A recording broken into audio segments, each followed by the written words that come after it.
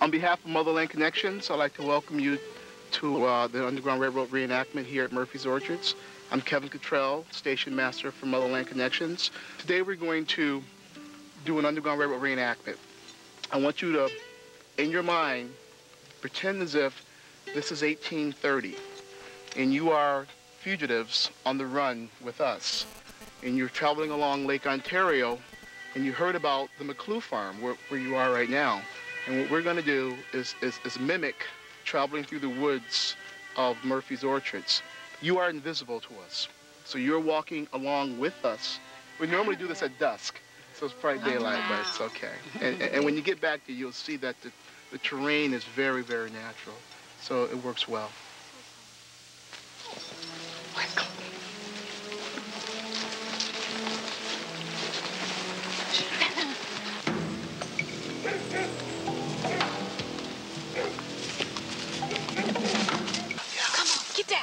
think I hear the bounty hunter.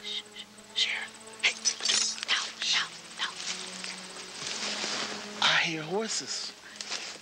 No, I hear them coming. He's coming. Come on, he's coming. Come on, y'all. Let's move.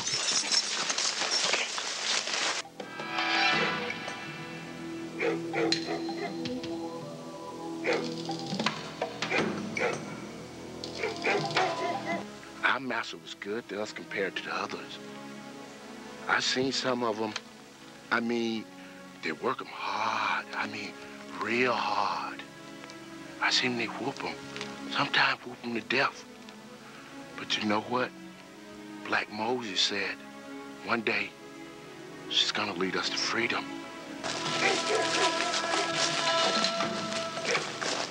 The hound dogs! Quick!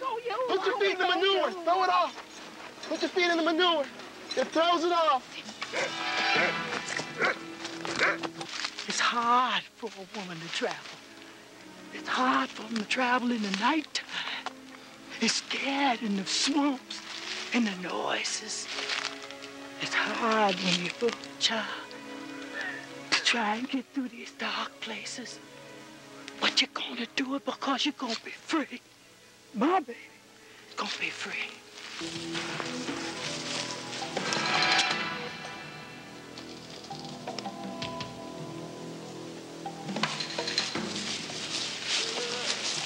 God's gonna trouble the water.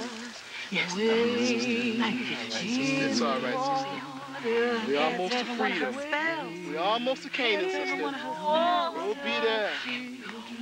Won't be long now, sister. Won't be long now.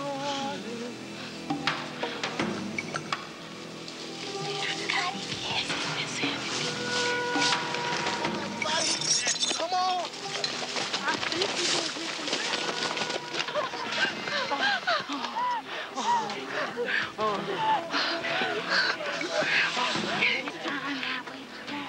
Come on, everybody. We're on our way to freedom.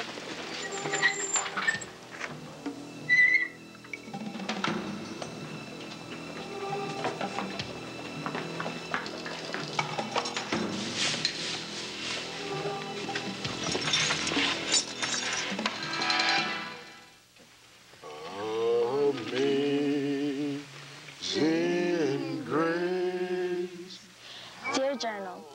Today we went through the Underground Railroad. What exactly is an Underground Railroad? One thing I learned today was that an Underground Railroad was not this tunnel that you followed, but it was instead this trail of houses from one place to another towards the border of Canada. Would you make this journey yourself?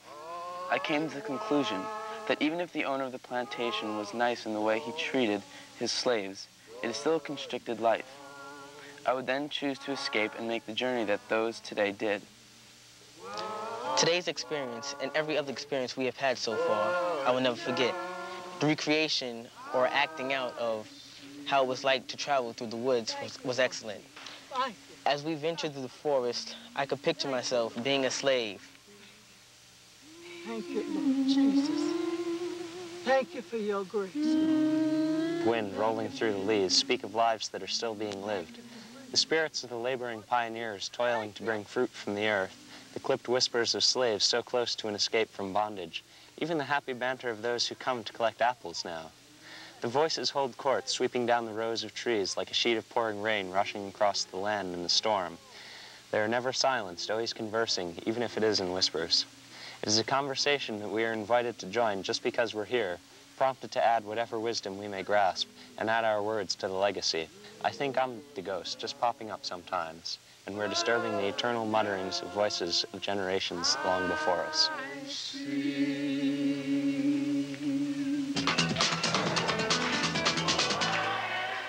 In the Civil War period, "O Canaan, sweet Canaan, I am bound for the land of Canaan," were the words to a popular black spiritual. Frederick Douglass believed it was more than a biblical reference. It was a reference to Canada and the end of the Underground Railroad. The road to freedom still has a spiritual connection today. Paul Riley followed a group from the southern United States to southern Ontario. A lot of the history of African Americans in the Underground Railroad is not included in textbooks.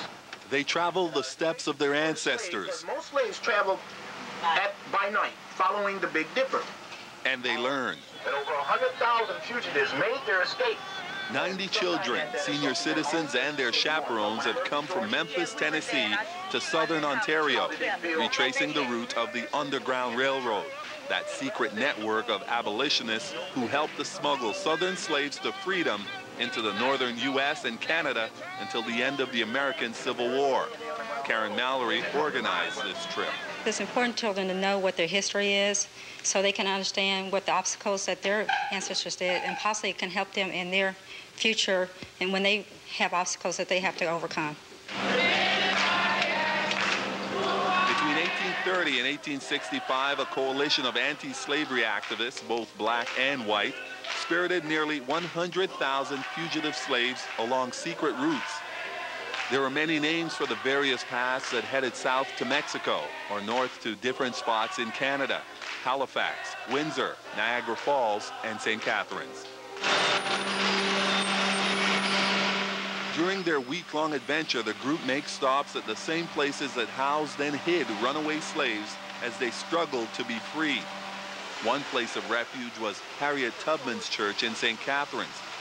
Tubman made several covert trips back and forth across the border to escort more than 300 slaves to freedom. The Civil War was approaching, the John Brown era was on, everything else was taking place. She goes back to her parents' home and she says, "You know what, I want you to come to Canada with me. I've freed everybody else, now it's your turn." I've talked about it when I was little and my grandmother would explain it to me, but now I really listen to it and I really learned a lot. What do you think happened to her at that time? They need to know from the rich past they've come, and they don't get that. And in order for us to be here, somebody had to come before us, and they had to be strong and survive the trials and tribulations of slavery and the Underground Railroad. And as we begin to do site-specific lecturing and show them the sites in and around this area that they've probably driven by hundreds of times and not even knowing how important these sites were, we kind of bring the history alive. It's more like a mobile classroom type of situation for us. Kevin Cottrell is the tour guide. He is with Motherland Connextions. Dressed in period clothing and baptized with pride for his culture, Cottrell says it's imperative to preserve and pass on to the younger generation this chapter in Black history. We certainly know there's a need for it. The unfortunate part is the fact that children in the United States and probably Canada